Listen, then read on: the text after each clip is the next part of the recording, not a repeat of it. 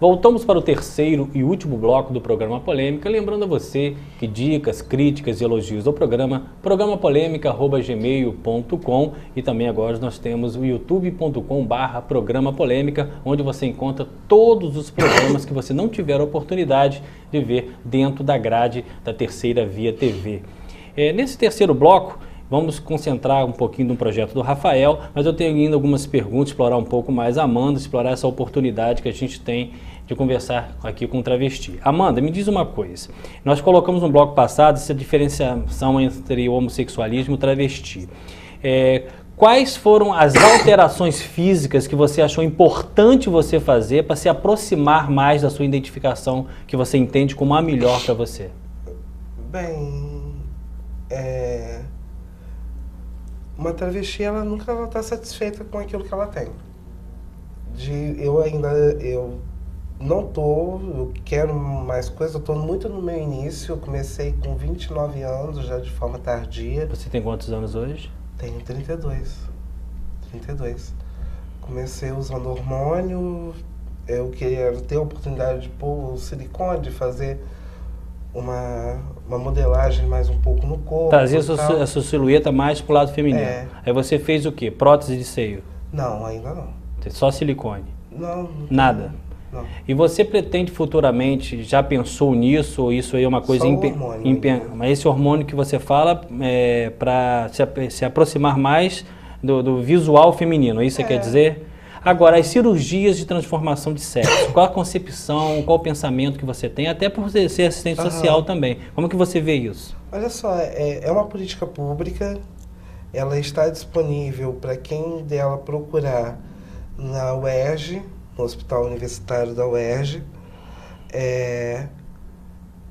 Existe um acompanhamento aos transexuais para poder entrar na fila. Eu não conheço muito bem o procedimento, mas... Enfim, não, o que eu quero te perguntar é se você pretende fazer. Não em momento algum? Em momento nenhum a cirurgia de redefinição sexual. Essa cirurgia que você pensa em não fazer é porque ainda há alguma dúvida? Não, eu sou travesti. É apenas que você... Eu não sou transexual, eu sou travesti. Entendeu? Rafael, como é que você pensa essa posição, esse passo, e já emenda dentro da questão do seu projeto, dentro dessa questão do estudo que você fez do travesti, chegou algum momento de se discutir em que momento se decide por uma redefinição sexual, ou isso não há necessidade alguma no travesti? Como é que você vê isso? Só para ouvir um pouquinho a questão do Rafael. Depende bastante, porque o projeto que nós temos, por exemplo, que a Amanda já trabalhou nele, e hoje eu que estou como responsável, porque é um projeto de extensão da UENF, é um projeto de prevenção de DST/AIDS, pelo Serviço Social da UENF, e aí já tem uns 5 a 6 anos de entrega de preservativo aqui nas ruas do centro, para mulheres e travestis que atuam com prostituição, e a gente faz a entrega, tem conversa. É bem recebido esses preservativos? Oi? Esses preservativos são bem recebidos? Muito bem recebidos. Assim, a acolhida que nós tivemos na rua, eu comecei a ir com a Amanda à rua, assim, é uma acolhida espetacular, as pessoas esperam às vezes, embora a gente sempre diga, olha, vocês têm o direito de ir até o postinho, tem o programa municipal de DST/AIDS, que agora está no CEDIP, ali próximo à rodoviária, que a pessoa pode ir lá, fazer o exame. E sem contar que agora está funcionando também noturno. Tem vários horários de atendimento, e aí na entrega do preservativo, a gente entrega também um papelzinho, um informe, com alguns números para denúncia, um número do CEDIP. Então a gente tenta fazer um trabalho que é de prevenção e que é um trabalho educativo ao mesmo tempo. E nesse contexto, algumas travestis às vezes até falam que têm a vontade de proceder o processo de transgenitalização, que seria isso que a gente conhece como mudança de sexo. Só que a gente tem no Brasil, por exemplo, pelo Sistema Único, alguns hospitais que fazem, deles é o... Não, tem mais hospitais, tem uns 7 ou 8 hospitais que já fazem no Brasil a mudança de homem para mulher, porque a mudança contrária, que também ocorre, que seria a transexualidade masculina. Poucos têm estudos ainda, e aí tem várias questões envolvidas nisso. Só que tem todo um procedimento, que são 2 anos de acompanhamento com um psicólogo, endocrinologista, assistente social, até a pessoa ver se é realmente aquilo que ela quer que é passar pelo processo de transgenitalização. Porque o processo de transgenitalização, uma vez feito, é irreversível. Ele é irreversível. E são duas identidades diferentes. É uma decisão que não é fácil. Né? São duas identidades diferentes. Uma coisa é a identidade enquanto travesti, outra coisa é a identidade enquanto transexual, que é diferente do crossdresser, que é diferente da drag queen. E eu acho que se a gente tivesse, voltando à pergunta inicial... E você transpassa o psicológico para o físico, né? Porque você, às vezes, psicológico, não, partindo do princípio que psicologicamente você quer fazer, mas daí a fazer é outra coisa. Depois que você faz, você está materializando uma coisa que estava só interna. E muitas vezes, assim, não deve ser uma coisa essas dúvidas, elas surgem pela falta do diálogo. Né? E aí, voltando à questão inicial da sexualidade, se a gente tivesse oportunidade de falar sobre isso mais, muitas dúvidas não ocorreriam. Né? Há pessoas que são transexuais e aí passam por todo o processo de mudança, que não é só a mudança do órgão sexual, né? É uma mudança muito mais ampla. Violência, a pessoa trans e a pessoa travesti. Porque é imputado à travesti a cirurgia. Sendo que a travesti, ela se sente bem com os órgãos genitais biologicamente. Os genitais dela. Ela se sente bem, mas ela tem uma desconstrução no seu corpo a fazer. Vem o uso do hormônio, que o hormônio ele vai dando mais pele no peito, o peito ele vai abrindo, vai dando mais feições. Só para entender, assim, esses hormônios são hormônios femininos. São hormônios femininos. Né, que geralmente as mulheres tomam como anticoncepcional. A gente que o contrário também ocorre, né, de homens transexuais que usam hormônios masculinos. Só que isso a gente vê em menor escala e tal, né? Mas também ocorre. E a questão registral? Você é Amanda. Meu nome social é Amanda. E o seu nome registral? Isso, eu esqueci o número da lei estadual. Que o registral é qual? O meu registral Tem dificuldade de falar por quê? Porque você apagou ele da tua vida? Não é que eu tinha apagado, né? Mas, enfim, não interessa. Não, estou te perguntando isso pelo seguinte, você tem vontade de trocar registralmente o seu nome? Fazer a troca documental em cartório? Não. Mas eu prefiro deixar o meu nome quieto. Então, na verdade, você vai manter o seu nome e vai manter o nome social, mas você não tem vontade de futuramente ter uma identidade, ter um CPF, mas por enquanto você ainda não está preparada para isso. E isso, inclusive, assim, é uma questão que o movimento, né, de travestis e transexuais tem colocado, porque quando você é transexual e passa por todo esse processo médico, legal, depois você pode entrar com um pedido, né, que são duas coisas separadas, para fazer alteração de documento, ok. As travestis não têm isso. Não, assim, eu fiquei sabendo de alguns casos de travestis que conseguiram mudar o nome, mas são pouquíssimos casos. Mas a questão fundamental é o tratamento, né? E aí, na rua, ao fazer a entrega, assim, a gente conversa também com as pessoas que estão ali. E eu já ouvi vários depoimentos da travesti falar que foi ao Sistema Único de Saúde. E ao chegar lá, ela toda feminina, né? E aí por isso a gente chama também de travesti, porque é uma demanda do grupo. Toda feminina e na hora de ser chamada chama-se pelo nome masculino. Enquanto tem portarias do governo federal, do governo estadual, que a pessoa tem o direito de ser chamado por isso, que é o nome social. Então, mesmo que no documento fique o nome, o registro civil, né, do nascimento, a pessoa tem esse direito, assim. E é a coisa mais fácil do mundo, assim. É uma questão básica, né? Que é um direito, mas que por boa vontade você faria. A pessoa se identificando, acho que é um respeito. A pessoa chega dela, né? Na hora de preencher a ficha, como é o seu, aí pega o registro e vê. Como a senhora quer ser chamada? Põe o nome ali do lado. Acho que está perfeito, mas o problema é que legalmente falando vai ter algumas implicações, né? Não, mas aí não perde o registro civil. Não, eu sei, mas é um registro, por exemplo, de hospital, estou aqui fazendo como advogado, né? Por exemplo, a pessoa está lá fazendo um tratamento, vamos dizer, né? Que pode até levantar e ir embora se o médico, sem autorização, né? Do médico. Mas na cama do lado ali, o nome social não serve para essa salvaguardar o médico. Da saída da Amanda. A Amanda foi embora e não quis assinar o termo de saída dela. Ela assinando como Amanda, lá na frente pode ter um problema legal.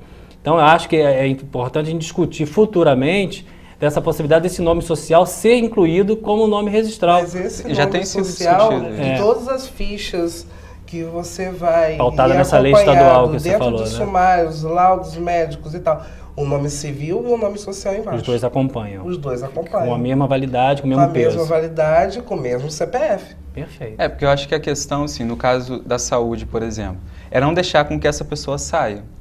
Perfeito. Que a pessoa entra no Sistema Único, E seja abraçado ali com todos E ela os tem que direitos ser que ela acolhida. tem, E se claro. ela passa por esse constrangimento, né, e talvez ela não tenha essa noção política, Já é um obstáculo, né? ela sai e Igual não quando- volta mais. E aí um problema que poderia ser pequeno, né, Pode se e aí, tornar uma coisa muito e o grande. próprio sistema diz isso, e aí tem, sim, tem vários documentos, conferências que já foram feitas que trazem essa demanda, Aham. né, da acolhida pelo sistema único. Nas E- unidades básicas mesmo de atenção à saúde, nos postinhos de saúde, não somente em programas de DSTAs, mas em todos os programas de saúde. Quer seja no atendimento rápido, hospitalar e tal. Sofreu um acidente, essa travesti vai ser tratada de uma forma completamente humanizada. Não daquela forma, chegou fulano e começa a equipe médica toda xoxando, estou falando até na linguagem já, começa a zoar desse indivíduo. Não é bem por aí. Tem que ser respeitado o indivíduo É um humano. ser humano que vai está ali. chegando, independente de quem É. E A- isso a gente vê que, notariamente, as políticas públicas precisam avançar muito nesse debate. Campos, eu falo para você, eu trabalhei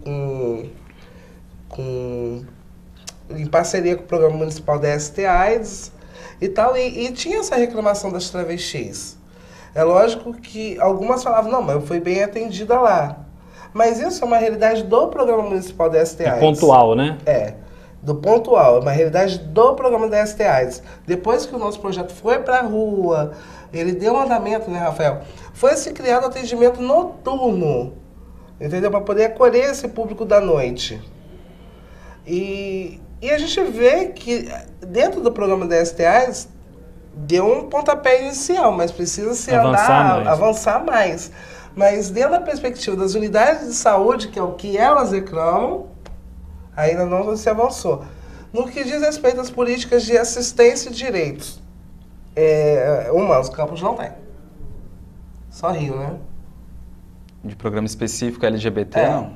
Agora, vamos falar um pouquinho Isso. dentro do seu projeto, e ela também participou, de questões associadas, por exemplo, drogas, né? Como é que anda a saúde hoje dessas pessoas travestis dentro desse contexto de vida? Drogas, vícios, isso tem prejudicado a saúde física dessas pessoas? Elas estão bem orientadas como estão com os preservativos para a parte sexual? Como é que tá essa situação, essa realidade? Olha, eu acredito assim que está como está para a sociedade, né? Uhum. Algumas pessoas usam, bebem, fumam ou usam algum tipo de outra substância, mas a gente não procede exatamente nesse caso e outras dizem que não usam, né? A questão acaba não sendo tanto essa. E a violência, como é que tá? Olha, a violência ela é muito forte, né? Assim, eu terminei meu trabalho, que eu fiz a pesquisa para a dissertação do mestrado, em junho de 2012, né? E nesse processo eu entrevistei 16 travestis. Das 16 travestis que eu entrevistei, 3 já foram assassinadas. Uhum. Então, assim, essa violência física que é mais visível, né? Agora tem os outros processos de violência que a gente acaba As simbólicas, as violências que não mentais. aparecem tanto, né? E aí, no próprio espaço da prostituição, a violência é feita por clientes. Uhum. Então, assim, é um âmbito muito extenso. O não poder, muitas vezes, sair à rua, né? Porque ir a um supermercado é um evento, porque você se torna a atração daquele lugar, assim, parece que é um bicho que está indo. Então, esse processo que pra gente, né, se você não é uma travesti, se você não é um gay muito feminino, você passa e ninguém vai saber se você é gay, se você não é. Mas Se te perguntarem e você disser que você não é, você não vai passar por aquele processo que as travestis e gays mais femininos ou lésbicas mais masculinas passam, né? E é esse processo que muitas vezes é invisibilizado. Por que a gente não vê a travesti na universidade? Ou então no mercado fazendo compra? Né? Porque elas comem, elas bebem, elas estudam, elas podem fazer tudo isso. a gente até vai, mas é sempre em parceria com a outra, né? A gente frequenta esses locais públicos, mas é sempre em parceria com alguém que a gente sabe que vai estar do nosso lado para poder dar apoio. Essa questão do risco eu achei muito interessante, assim, porque quando eu fazia o trabalho, as pessoas me colocavam, né, que estar na prostituição é muito arriscado. E de fato é, né? Você está sujeito a toda sorte de agressões. Mas com o tempo e conversando com elas, assim, eu comecei a relativizar essa questão da violência e do risco. Porque o que é mais arriscado? Você está na rua, né, disposto a fazer o programa ou qualquer coisa do tipo, ou você sair durante o dia e ser metralhado pelos olhares, pelas piadinhas. Então, a violência da rua é uma violência muito óbvia, né? Que é o tiro, que é a facada ou qualquer coisa assim. Agora, as outras violências, elas às vezes agridem muito mais, né? Porque na rua você tem possibilidade de negociação, e a rua também não é só o ruim. Né? Na rua, muitas vezes você... Há experiências boas também. Muito boas. Né? E assim, eu tenho depoimentos na minha pesquisa que uma travesti falou que a rua é como uma escola, né? Que a gente aprende todo dia. Então, é desmistificar um pouco esse olhar da prostituição como uma coisa só da marginalização, só do negativo, só da desgraça da vida humana. Ela não é somente isso, entendeu? A prostituição é onde que essa travesti ela vai se criar, ela vai se formar. É aquele processo, né? Que você, quando para ser homem ou para ser mulher, nessa ideia que a gente tem estudado, a gente não nasce homem e mulher, né? Você nasce com um pênis ou com uma vagina e a partir dali a sociedade constrói o masculino e o feminino. O processo da travesti é o mesmo. Ninguém nasce travesti nesse sentido de construção de si, né? Você nasce com um órgão sexual identificado como masculino e passa por um processo para assumir e construir uma feminilidade, que aí passa pela ingestão do hormônio, pela aplicação do silicone, ou colocação de prótese, a questão do cabelo, que é muito importante também, e muitas vezes... Por que o cabelo é importante também? Na construção da feminilidade. Porque é um símbolo feminino muito forte, né? Na nossa sociedade, o cabelo grande, liso, né, que ainda tem isso, porque não é qualquer cabelo, né? Porque aí tem a questão racial também, que é muito importante aí, étnico-racial, que perpassa. Você põe cabelo, se tira cabelo, e todo esse vão do lado das pontas. Mas aí tem que ser, né? E todo esse processo, muitas vezes, você não aprende dentro de casa. Não. Porque sua mãe não vai te ensinar a ser travesti, seu pai. A escola, menos ainda. A igreja, tão pouco. Então, a relação de amizade é muito importante na construção dessa experiência. Porque uma ajuda mútua entre eles. Porque é um processo de você aprender qual hormônio que eu vou tomar. Coisa, né? Assim, qual hormônio que eu posso tomar, porque eu tomei esse hormônio, então deu certo em mim. Só que pode não dar certo em você.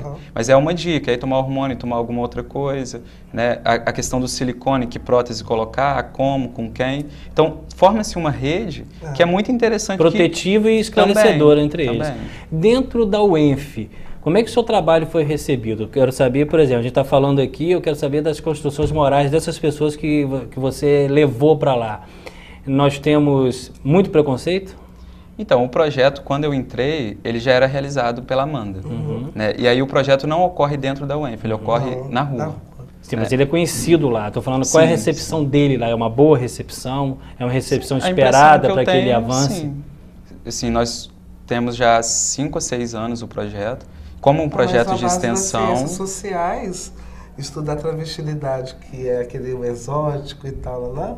É interessante, porque você ali está conhecendo uma dinâmica, uma interação social como se dá de um grupo que poucas pessoas têm acesso a eles.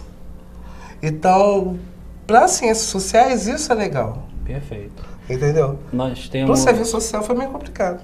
Nós temos 3 minutos. Eu queria que você, Rafael, fizesse primeiro as suas considerações finais e depois a Amanda.